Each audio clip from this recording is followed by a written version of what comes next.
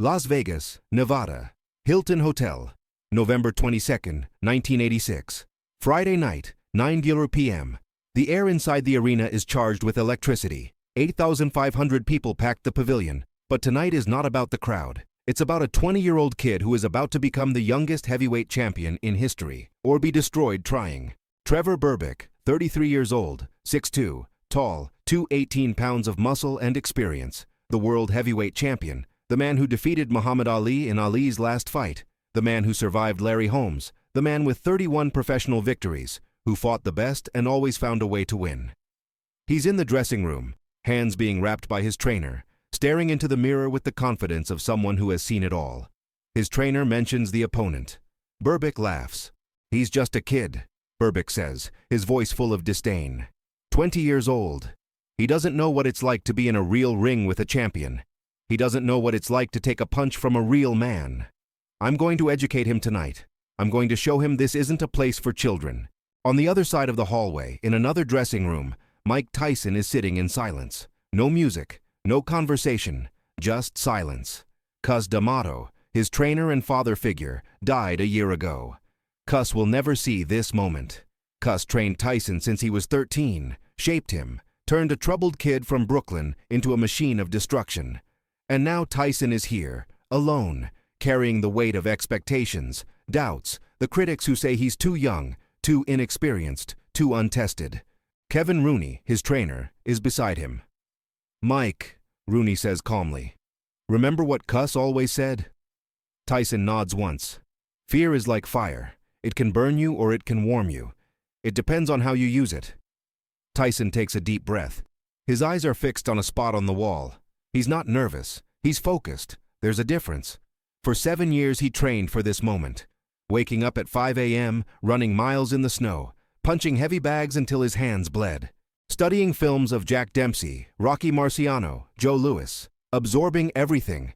Building something the boxing world had never seen before. The call comes. It's time. Tyson stands up. He puts on his simple black trunks. No elaborate robe. No spectacle. Just pure black. His hands are wrapped. His gloves are tied. He rolls his neck, shakes his arms. His body is a contradiction. He's only 5'10", tall, short for a heavyweight, but he weighs 221 pounds of dense, explosive muscle. His neck is 20 inches around. His shoulders are rocks. His waist is tight. He looks carved from stone. He doesn't look like other boxers. He looks like something different, something dangerous. Tyson walks down the hallway. No entrance music, no dancing. He just walks. The crowd sees him and the noise rises. Half are cheering, half are curious. Everyone wants to see if this 20-year-old kid is real or just hype. He climbs into the ring. No towel over his head. No ritual. He goes straight to his corner. He bounces lightly. His eyes sweep the arena, but they're not really seeing. He's inside himself now. In the zone Cus taught him to find. The place where there is no fear, no doubt, just instinct and controlled violence. Trevor Berbick enters the arena a few minutes later. He's smiling, waving to the crowd. His robe is red and gold. He looks confident. He looks like a champion should look. He climbs into the ring and immediately starts talking, pointing at Tyson, gesturing, trying to intimidate, trying to get inside the kid's head. But Tyson doesn't look at him. Tyson is looking through him. Berbick notices and gets annoyed. "Hey, kid," Berbick shouts. "You hearing me? You ready for a real fight?" Tyson doesn't respond. There's no expression on his face. Nothing. Just that blank, cold stare that will make fighters around the world tremble in the years to come. The referee calls both fighters to the center of the ring. He goes over the rules. You know the rules. Fight clean. Obey my commands. Protect yourselves at all times. Berbick is nodding, still talking. "You're gonna learn tonight, kid. You're gonna learn the difference between fighting amateurs and fighting a champion." Tyson remains silent. His eyes are now locked on Berbick. And there's something in those eyes that makes Berbick's smile falter for just a second. Something predatory. Something that doesn't belong to a 20-year-old kid. They return to their corners. The referee checks both fighters. The bell is about to ring. 8,500 people fall silent. This is the moment. Either Mike Tyson proves he belongs among boxing's elite, or Trevor Berbick exposes him as just another overhyped young talent. The bell rings. Round 1. Tyson comes out of his corner like a shot. No feeling out, no dancing. He goes straight at Berbick. His stance is low, peekaboo, they call it. Gloves up in front of his face, head moving, side to side, up and down, an impossible target to hit. Berbick, experienced, tries to establish his jab. He throws it. Tyson slips to the side. The punch hits nothing but air. Berbick tries again. Tyson slips again. He's in, out, in again, covering distance so fast it seems impossible. Berbick backs up, trying to create space, trying to use his reach, but Tyson is on him, cutting off the ring. Cuss taught him that. Geometry, angles, never let your opponent get away, always cut off the escape angle. Tyson throws a left hook to the body. It lands on Berbick's ribs. The sound is loud. A muffled thud. Berbick grunts. He counters with a straight right. Tyson slips under it. The punch sails over his head, and then Tyson explodes upward.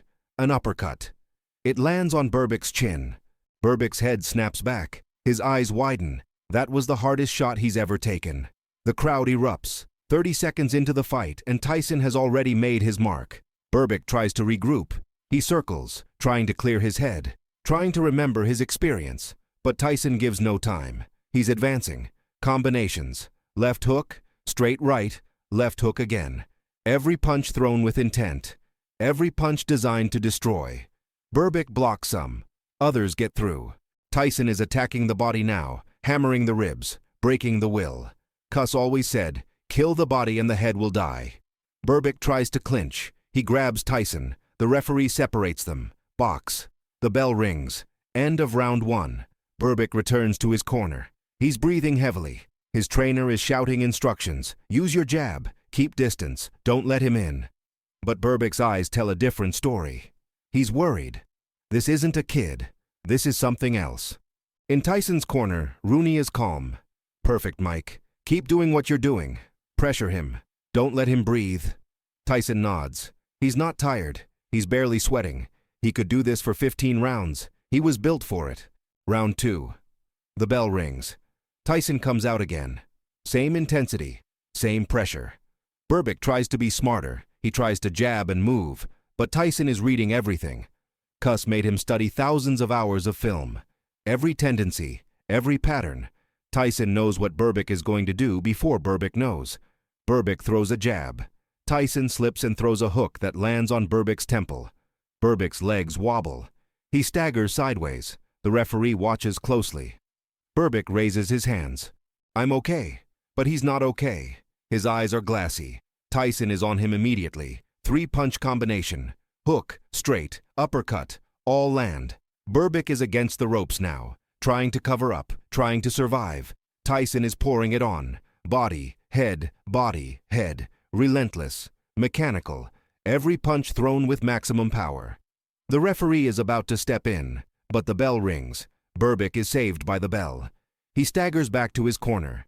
His face is swollen. He's bleeding from the nose. His trainer is trying to motivate him. You have to come back. You're the champion. Fight like a champion. But Berbick knows. This isn't a fight. This is an execution. Tyson is in his corner. Rooney is smiling. 1 or 2 more rounds, Mike. He's done. Tyson doesn't smile. He doesn't celebrate. He just waits. Waiting to finish what he started. The bell rings. Round 3 begins. This will be Trevor Berbick's last round as World Heavyweight Champion. Tyson advances. Berbick tries to stand his ground. He throws a combination, but it's slow. It's weak. Tyson slips, counters. A left hook lands on the side of Berbick's head. Berbick's body locks up. He falls. Not straight down, but sideways. He hits the canvas. The referee starts the count. 1, 2, 3. Berbick is trying to get up. 4, 5. He makes it to his feet. His legs are unsteady. The referee wipes his gloves, looks into his eyes. Can you continue? Berbick nods. Yes. But his body disagrees. The referee signals to continue. Tyson doesn't wait. He attacks. Straight right hand. It lands clean on Berbick's chin. Berbick falls again. This time it's worse. He hits the canvas and tries to rise. But something's wrong. His legs won't work. He gets up, but his legs buckle. He falls again. He gets up again. Falls again. He's staggering like a drunk. To the left, to the right, forward. He can't find balance. He goes down a third time.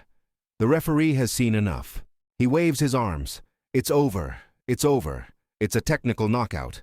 Mike Tyson, at 20 years, 4 months, and 22 days old, is the youngest heavyweight champion in history. The arena explodes. The crowd is on its feet, half in celebration, half in shock. Tyson doesn't celebrate. He just stands there.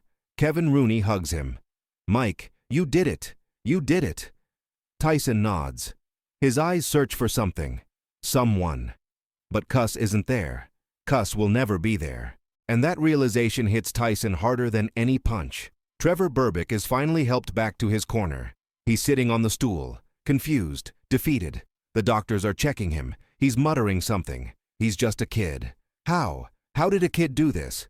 But Tyson isn't just a kid. He never was. He was forged in the poverty of Brooklyn, shaped by Cuss D'Amato, built from thousands of hours of brutal work.